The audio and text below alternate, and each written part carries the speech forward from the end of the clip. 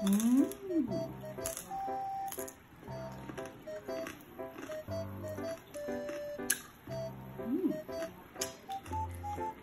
Well! Hello mga Bebshi! Alam ko na siya kayo kasi ulo ng baboy yung una nyo nakita. Kaya naman for today's video mga Bebshi, magluluto kami ng lechong kawali na ulo ng baboy. Ay, uyi! Grabe naman talaga, ibang atake natin ngayon. Dahil naman kinatay ang baboy namin, kaya naman magluluto tayo ngayon ng espesyal na ulam. Ang una namin ginawa ay tinimplahan nito. Naglagay lang kami ng tubig, bawang, tanglad, pamintang dahon at liso, tsaka sibuyas. Siyempre naman lalagyan din natin yan ng asin, tapos MSG, pampalasa. Dahil ang gagawin lang naman natin ngayon mga Bebshi, ay pakuluan itong ulo ng baboy hanggang sumambot ito. Yes! Sino pang hindi nakatry na magluto nito? Kaya yan na, simulan nyo na, charot. At ayan na nga mga Bebshi, niramihan ko na nga ang paminta. Pagkatapos ay sinalang na namin siya sa apoy, and then after 1 hour, so ito na ang aming ulo ng baboy. 1 hour lang ang paglambot namin mga Bebshi. Yes naman, madali lang ang paglambot namin sa ulo ng baboy mga Bebshi kasi nasa 3 months pa lang to or 4 months. Yes. Titingnan nyo naman, para na siyang lauyang baboy. Yes! At nang naluto ng mga Bebshi, kailangan mo muna yung patuyuin. Siguro bali mga 30 minutes, pwede na yan. And then pwede nyo naman ipat dye sa tissue kung meron kayo. At ayan na nga, kailangan sa baba tayo magluto kasi baka mapasok tayo ng mantika. At ang sexy pa nang naglagay ng mantika. Ay, uy! Eugene pa ako sa likod. Ay, 2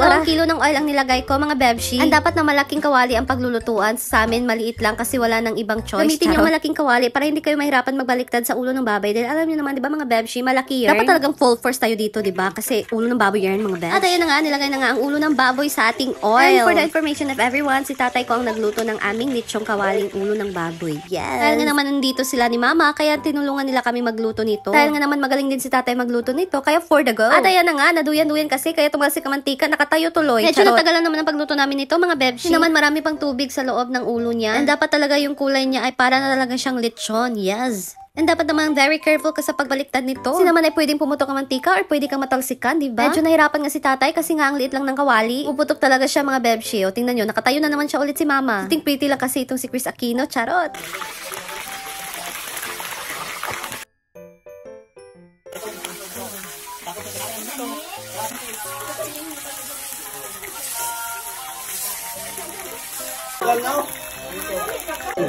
Bago.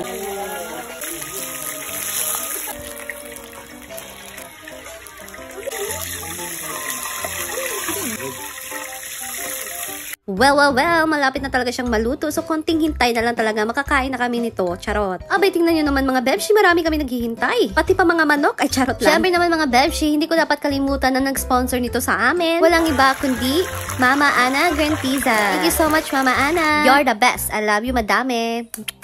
At kung hindi pa kayo naka-follow sa page niya, mga Bebshi, follow Grantiza, like and share. Road to 5K na po siya. Kaya naman, palambing naman mga Bebshi. Thank you so much. At ayun na nga mga Bebshi, naabutan pa kami ng ulan. At buti na lang, naluto na ang aming lechong kawali. Sabi, the best talaga si tatay nito magluto. Bay, hanip, hinawakan ng isang kamay, tapos isang kamay naman sandok. O, diba? Galing din naman. Ay, charot. At ayun na nga, tinransfer na nga siya sa dahon ng saging. At dahil nga naman maulan dito mga Bebshi, kaya dinala na namin to dito sa bahay. At dito kami nagmukbangers. Abay, tingnan nyo naman yan mga Bebshi. Lechong kawali na talaga ang ating ulo ng baboy, o, diba? Abay, kitang-kita naman talaga ang crispy-crispy nito.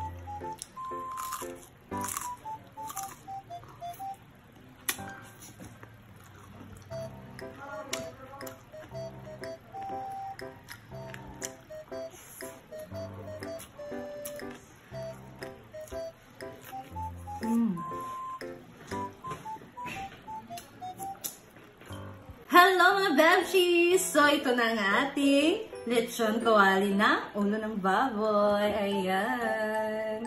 Sobrang crispy, sobrang sarap. So, ito naman ang sausawan ko. Siyempre, tinimplahan naman tong lechon kawali natin. So, suka, tapos merong baw at sibuyas and kamatis. Ayan, susuka and siyempre hindi wala ang rice. Yes! And ito na nga, ang crispy. Diba?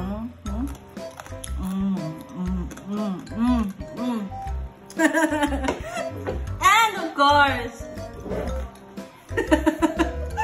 ito, pampatanggal ng charot. Hindi kompleto ang kainan pag walang coke. Siyempre naman, hindi ko ito maubos, mga belch. So, meron akong bisita na sasama sa akin ngayon magmukbang nito. So, ladies and gentlemen, charot, my belchies, Dio! And of course, the one and only belchie, Miza or Bebe.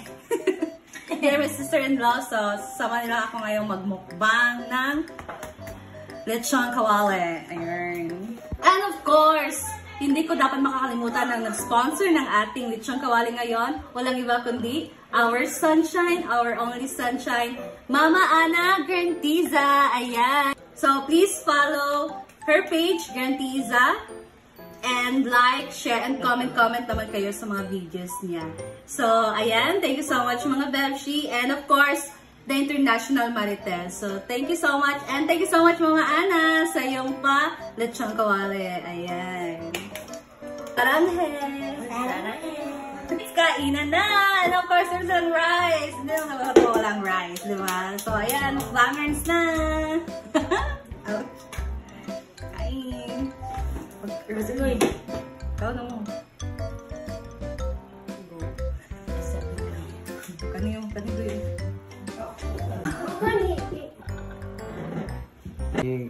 Go.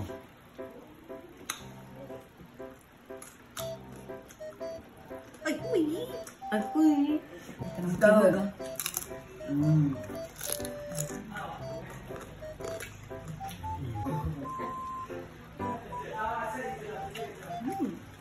Go.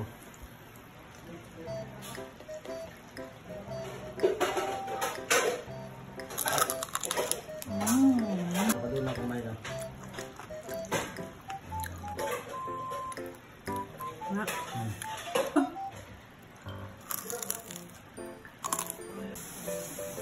So, ayan mga Bebshi, thank you so much for watching. And, of course, comment down below kung taga saan kayo. And please do follow, share, and comment sa aking mga videos. And thank you so much mga Bebshi. And see you to my next video. It's me, Cynthia More. Saranghe! Oh, diba? Sila na ang tumira.